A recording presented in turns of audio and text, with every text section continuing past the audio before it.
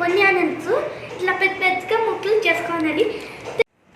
ముందుగా వచ్చేసి onion, cucumber, tomato, carrot ఇవన్నీ చిన్నగా కట్ చేసి పెట్టుకుంటాం ఫ్రెండ్స్. కట్ చేసేకైతే మా అమ్మ హెల్ప్ తీసుకుంటున్నా, మిగతా ప్రాజెక్ట్ అయితే నేనే చేస్తా.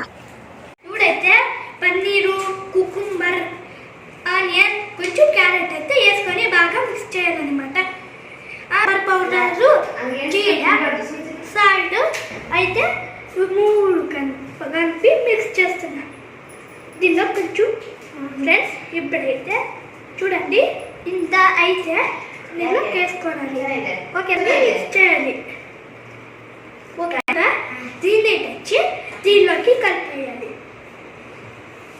మొత్తం వేయాలి. మిక్స్ చేసుకోవాలి. ఇవన్నీ మిక్స్ చేయాలి. ఇప్పుడైతే ఈ బ్రెడ్స్ అన్ని ఈ తట్లకి పెట్టుకోవాలి. 1 2 3 4 అయితే పెట్టేసుకున్నాం. ఇప్పుడైతే కెచప్ తీసుకొని ఇట్లయితే వేయాలి.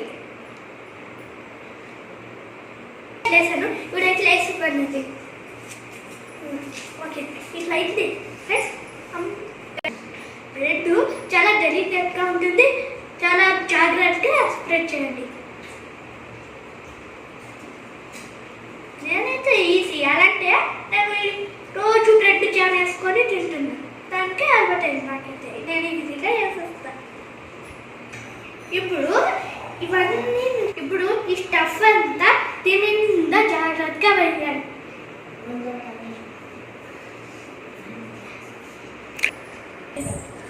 ఇప్పుడు ఇవన్నీ తీసుకుని ఒకటి దీన్ని పెట్టాలి.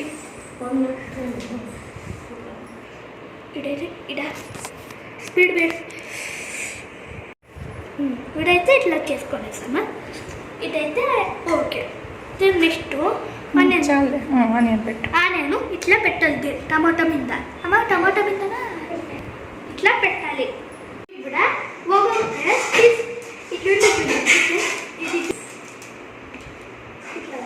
చీజ్ ప్లేస్ ఇట్లా జాగ్రత్తగా పెట్టాలి.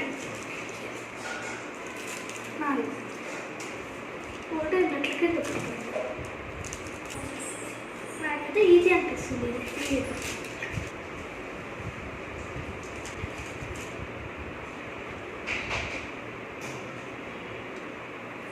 ఇప్పుడైతే నాకు ఇట్లా పెట్టుకేసుకున్నాం. ఇప్పుడు ఇది ప్యాన్ మీద పెట్టి పిజ్జా చేసేసుకుందాం. కమాన్.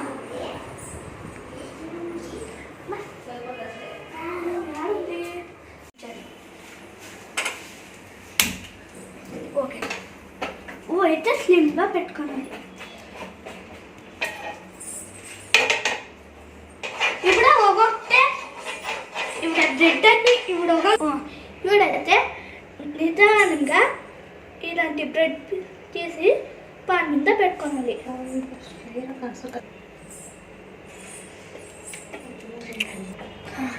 ఇప్పుడైతే పెట్టుకొని ఫ్రెండ్స్. ఇప్పుడైతే 4 పెట్టుకొనేసాను.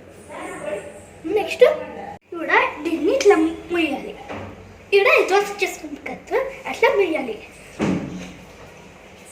నాకు కొంచెం స్పేస్ కనిపిస్తుంది. కొంచెం చూస్తాను ఎట్లా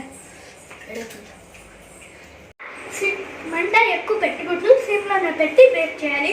అది 15 minutes అట్లా బేక్ చేయాలి. ఇక్కడ 10 minutes ఇలా స్టిమ్లో పెట్టాలి. 10 minutes తిన్నాక 10 minutes అయినాక ఆఫ్ చేసి 3 minutes అట్లే వదిలేసేయాలి. అప్పుడైతే బ్రెడ్ పిజ్జా రెడీ. ఇప్పుడైతే బ్రెడ్ పిజ్జా అయిందో లేదో చూద్దాము. కొన్ని చిల్ఫిక్స్ చేసుకోవచ్చు. బ్రెడ్ పిజ్జా రెడీ కానీ టేస్ట్ ఏదన్నా చూసి చెప్పడం. నేనైతే కెచప్ అయితే